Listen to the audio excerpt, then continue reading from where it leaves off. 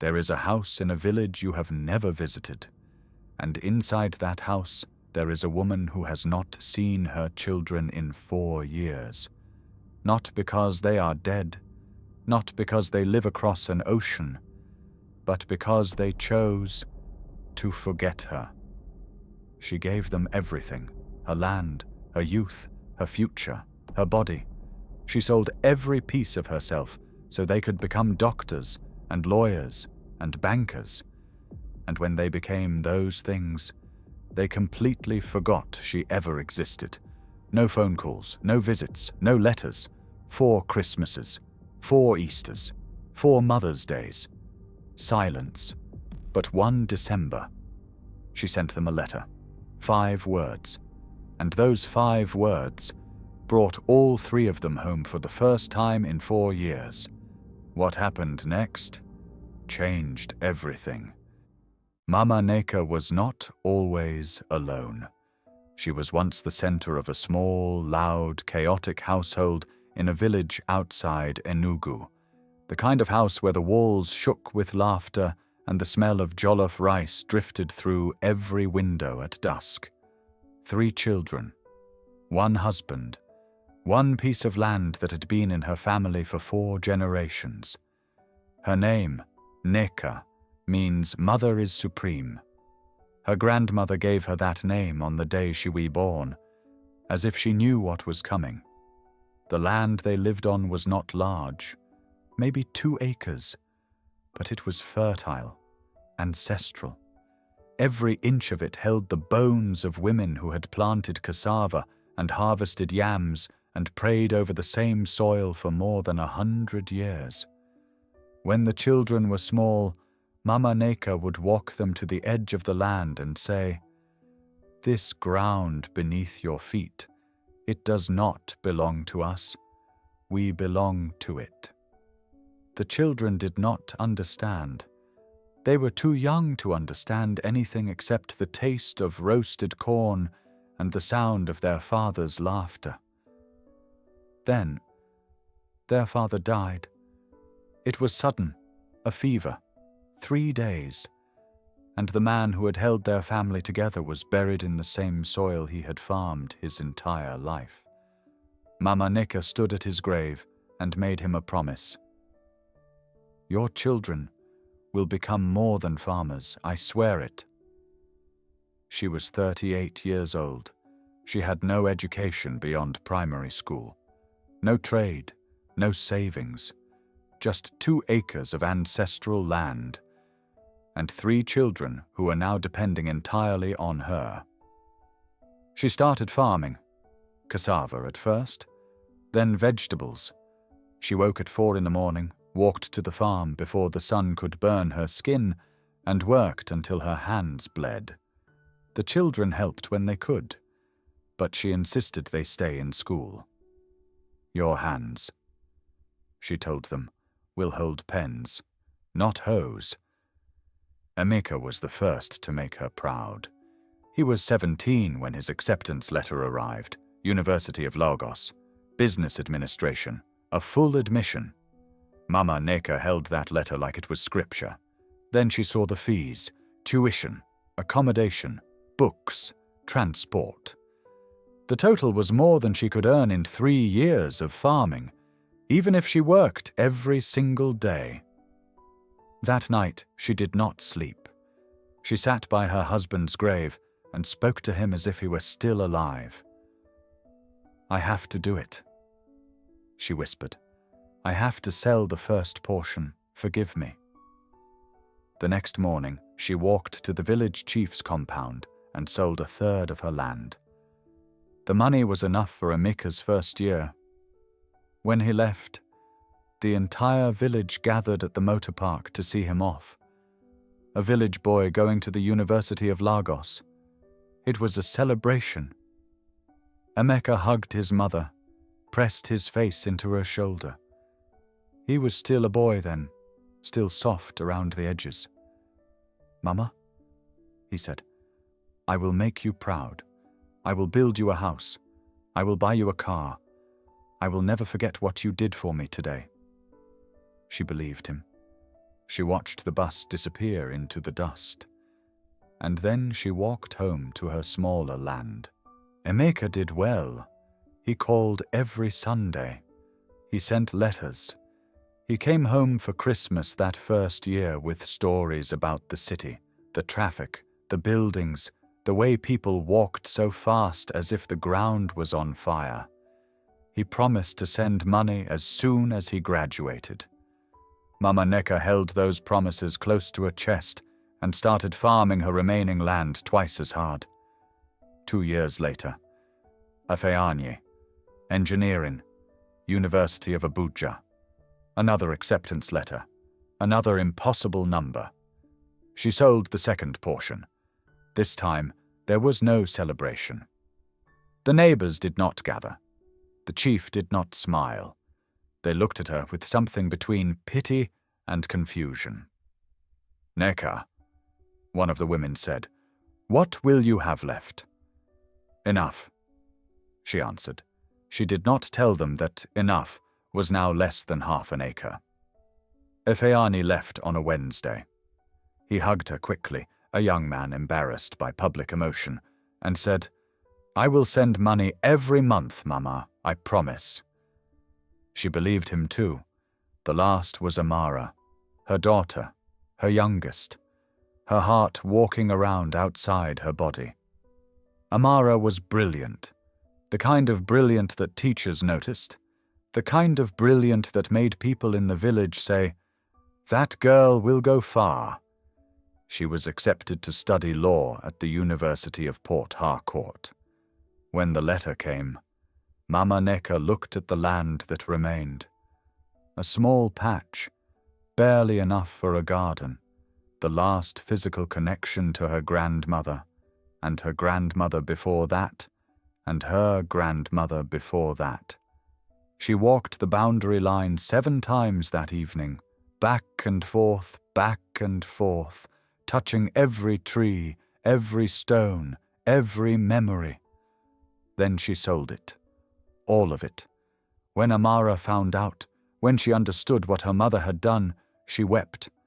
"Mama, I cannot take this. I will find another way. I will work. I will—" Mama Nneka placed her hand over her daughter's mouth. "You will go to Port Harcourt. You will study law, and you will become something." She paused. "And one day, when you are standing in a courtroom and you feel the weight of everything you have become, remember the land, remember what it cost, and make it worth it." Amara left 3 weeks later. Mama Nneka stood at the motor park for the 3rd time. She was 49 years old. She owned nothing. 12 years, 3 graduations, 3 children in caps and gowns. She attended every ceremony, sat in the back, wore the same wrapper she had worn to her husband's funeral. Faded now, the pattern barely visible, but clean, always clean. She did not cry at any of the ceremonies, not because she was not emotional, but because she had trained herself, over 12 years of solitude and labor, to hold everything inside. The children did not notice. They were too busy celebrating their futures. The money came at first, small amounts, unreliable. But it came. Amecha sent 10,000 naira a month for the first year after graduation. He was working at a bank in Lagos, entry level, he said. "When I get promoted, Mama, I will triple it." He got promoted. The money stayed the same. Ifeani sent 7,000. Sometimes. There were months when nothing arrived. The contract was delayed. The company is restructuring. I had unexpected expenses. Mama Nneka did not complain. She took whatever came, thanked God for it, and continued to sell vegetables at the village market 6 days a week. Amara sent 5,000 naira and a letter that smelled like perfume. Her handwriting was beautiful. Her words were full of promise. "Mama, when I pass the bar exam, I will buy you a new wrapper. I will take you to Port Harcourt. I will show you the ocean." Mama Nneka kept every letter under her mattress. She had a small box, a tin box that once held biscuits, and inside it were all the letters, all the photographs, all the dried flowers Amara had pressed between the pages. She read them to the neighbors. "Look, my daughter is becoming a lawyer. She writes so well. She says she will take me to see the ocean." The neighbors smiled. They had seen this before. The first year passed. Amecha got married. A big wedding in Lagos. Mama Nneka received an invitation 3 days after the ceremony. He said it was a mistake. "The printer delayed the cards, Mama. I am sorry. I will send you the photographs." The photographs never came. She found them herself, months later, on a neighbor's phone. A younger neighbor who had found Amecha's wedding album on Facebook. Mama Nneka stared at the screen. There was Amecha, in a black suit, his wife in a white gown, a cake that stood taller than a child, balloons, champagne, a hall filled with people she had never met. She zoomed in on Amecha's face. He looked happy. She handed the phone back and said, "My son looked very handsome." That night, she did not eat. Ifeani also got married. A smaller ceremony in Abuja. Mama Nneka found out when a relative mentioned it at the market. "Ah, Nneka, I heard Ifeani's wife is very beautiful. When did you meet her?" Mama Nneka smiled. "I have not met her yet," she said quietly. "She is very busy. They both are." The relative looked away. Everyone looked away. After 2 years, the money slowed. After 3, it became a trickle. After 4, it stopped entirely. And something else stopped too. The phone calls. Amecha used to call every Sunday, 7 p.m. without fail. Then it became every other Sunday. Then once a month. Then, only when she called him. She called him on his birthday. The phone rang 6 times. Voicemail. She sang "Happy Birthday" into the recording. Her voice cracked on the high notes. She hung up and stood in the silence of her house for a long time. He did not call back. She called Ifeani on Christmas Eve. He picked up. The connection was bad. Or maybe he was just speaking quickly. "Mama, I am in a meeting. I will call you back. Happy Christmas." The line went dead. She held the phone to her ear for 30 seconds after the call ended, listening to nothing. He never called back. She called Amara on Mother's Day. Amara answered. Her voice was warm, familiar. For the first 4 minutes, it was like nothing had changed. "Amara, my daughter, how is Port Harcourt? Are you eating well? Are you sleeping?" "Mama, I am fine. Work is busy. The cases never end." "Have you met someone? A good man?" "Mama, I am only asking. You are not getting younger." "Mama, I have to go. A client is waiting. Will you call me back?" "Of course, Mama. I will call you tomorrow." Tomorrow came. Then another tomorrow.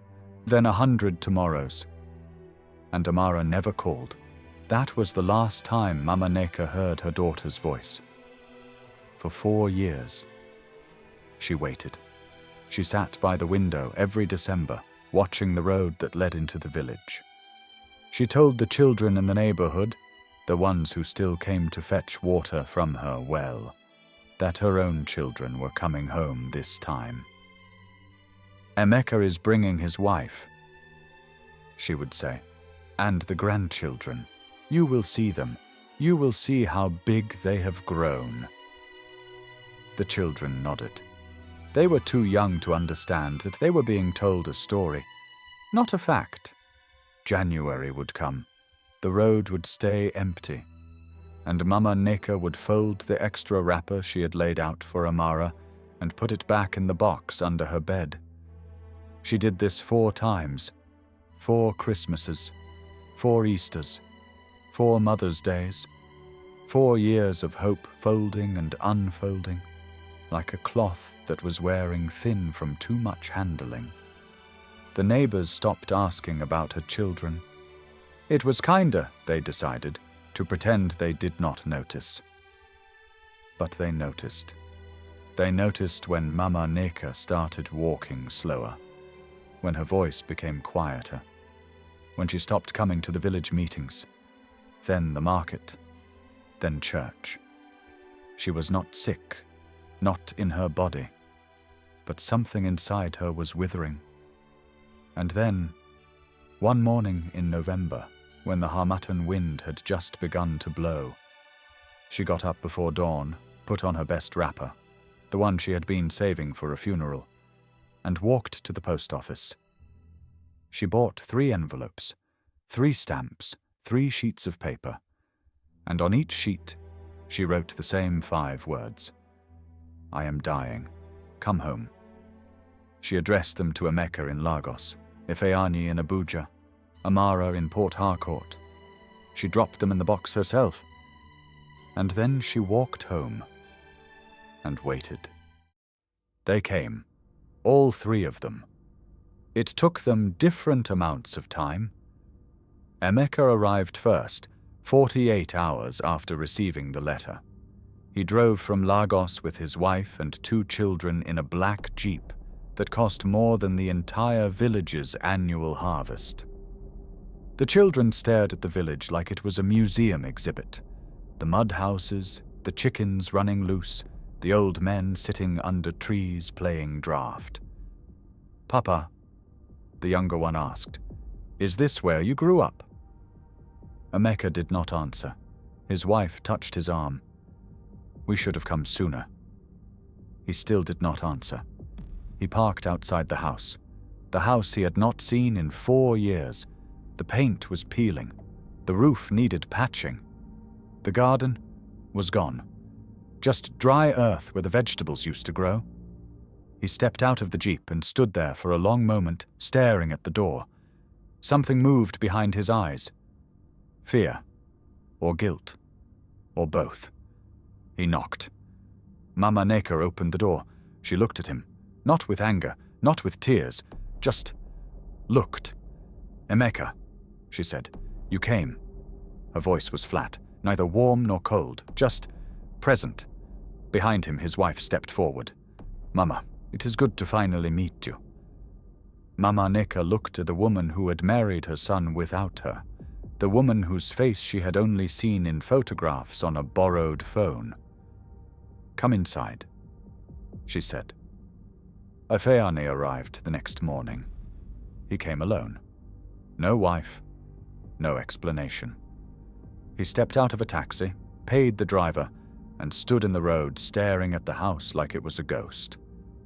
It had been 4 years since he last stood on this ground. He walked slowly to the door, his hands in his pockets, his shoulders hunched, the posture of a man who had spent 4 years avoiding this exact moment. When Mama Nneka opened the door, he could not meet her eyes. "Mama." "Ifeani." She did not smile. She did not hug him. She stepped aside and let him walk past her into the house where he was born. Amara came last. She arrived that evening. The sun was setting. The sky was orange and pink, the kind of sky that made the village look almost beautiful. She stepped out of the taxi alone. Her heels sank into the red dirt. She did not care. She stood at the gate and looked at the house. The garden was gone. The goat shed where she used to play hide-and-seek was empty.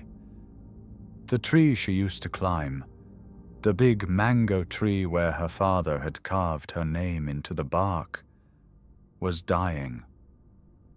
She pressed her hand against the gate and closed her eyes.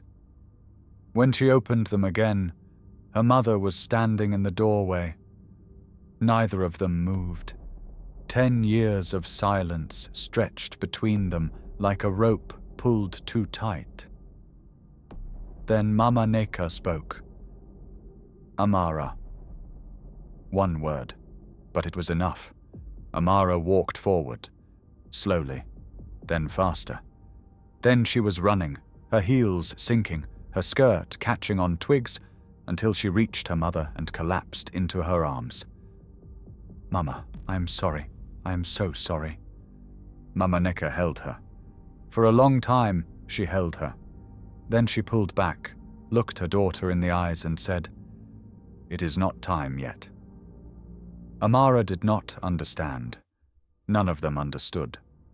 That evening they gathered in the parlor, Amecha and his wife on the old sofa, Ifeani standing by the wall, still unable to sit, Amara on the floor, her mother's hand in hers.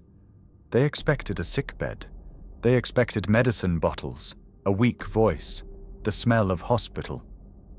Instead, Mama Nneka stood in the center of the room, straight-backed, clear-eyed, dressed in her best wrapper, the same wrapper she had worn to her husband's funeral, the same wrapper she had worn to every single one of their graduations. And then she spoke. "The land beneath this house belonged to my grandmother, her grandmother before her, and her grandmother before that. 4 generations of women who held this ground so their children could stand on it." She stepped closer to Amecha. "I sold all of it, for you." She turned to Ifeani. "I have not seen your face in 4 years. You live 3 hours from this house." She faced Amara. "And you, my daughter, my lastborn, you forgot my voice." The silence was absolute. Even the crickets outside seemed to stop. Then Amecha spoke, quietly, defensively. "Mama, we sent money." She looked at him, and for the first time, something flickered in her eyes. "Money." She let the word hang in the air. "Did you think I sold 4 generations of inheritance for money?" She walked to the box under her bed, the tin biscuit box, and opened it.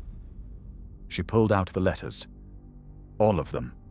Every single one Amara had ever written. She pulled out the photographs. Amecha at his graduation, Ifeani holding his engineering certificate, Amara in her law school gown. She had kept everything.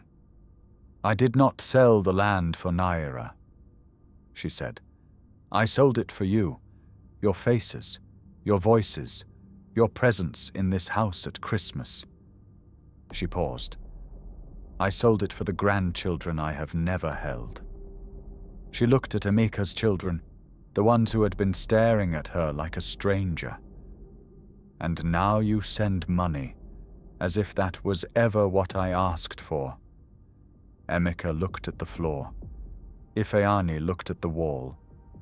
Amara looked at her mother's hands, and for the first time, she noticed how worn they were, calloused, cracked, the knuckles swollen from years of pounding yam and digging cassava and gripping a hoe before the sun came up.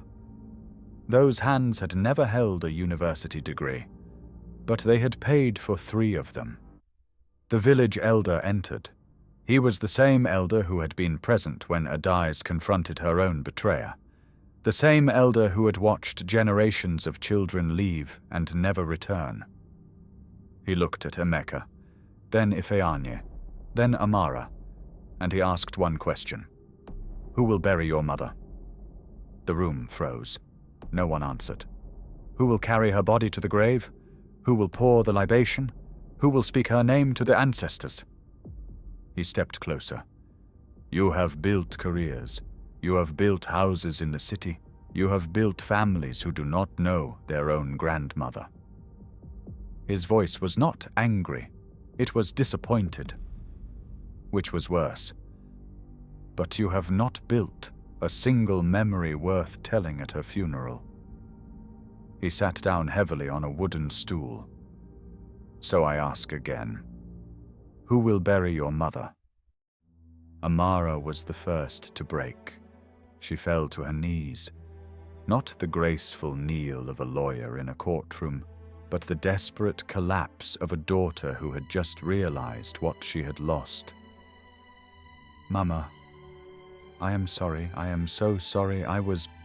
I was so busy. I was trying to build something. I was trying to prove something. I told myself I would come home when I had made it, when I had enough money, when I had... She stopped, because she could hear her own words, and she understood for the first time how hollow they sounded. There is no when, her mother said quietly. There is only now, and now is almost gone. Amecha stood up abruptly. He walked to the window and stared out at the empty land where the garden used to be. I did not know it was this bad, he said. You did not want to know, his mother replied. He turned. His eyes were wet. Amecha, the eldest son, the banker, the man in the glass-walled office, was crying. What do you want from us, Mama? Tell us. We will do it. She looked at him for a long time. Then she said, I want you to remember. She sat down slowly. The elder stood beside her. I want you to remember that before the glass walls, there was this house. Before the bank accounts, there was this land. Before the careers and the weddings and the grandchildren I have never met, there was a woman who sold everything so you could have anything. She looked at each of them. I did not call you here to punish you. Her voice softened. I called you here because every year I plant seeds in soil that no longer belongs to me, and every year something grows. Maybe it is not much. Maybe it is only enough to feed one old woman who refuses to stop hoping. She smiled, a small, tired smile. But it grows, because the soil remembers, even when the children forget. The elder spoke again. His voice was gentler now. A tree without roots falls in the first storm. Your mother is your root, and she is still standing, but she will not stand forever.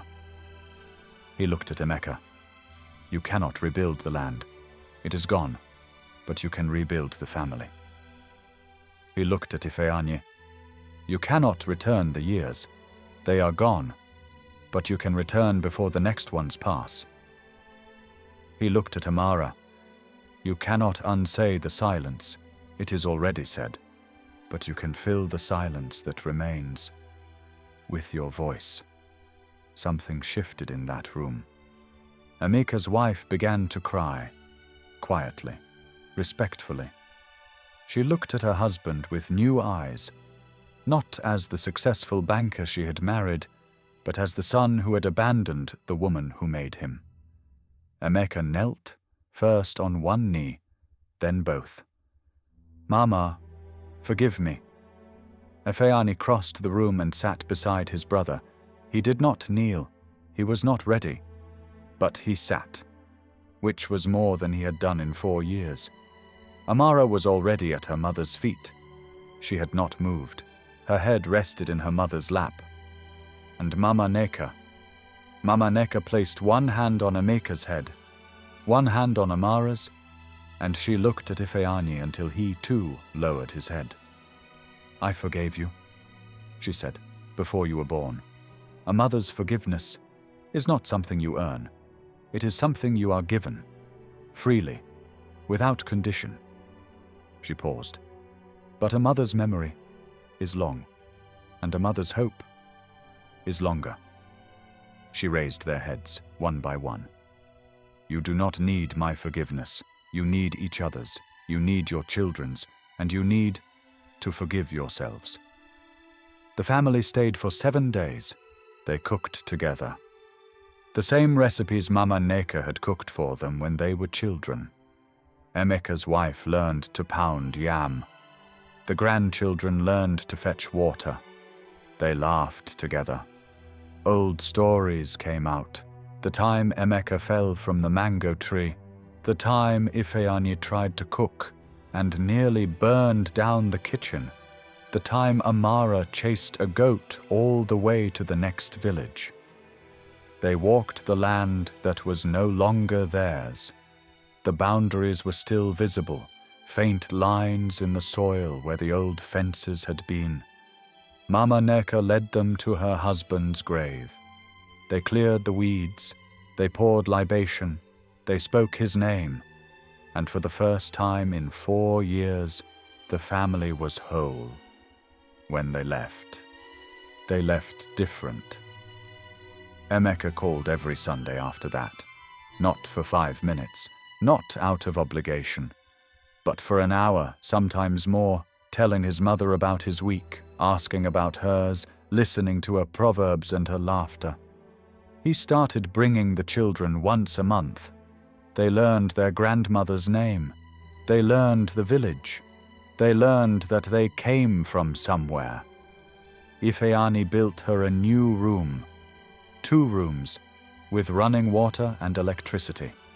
He came home every other month with his wife. The wife Mama Nneka finally met, finally held, finally welcomed.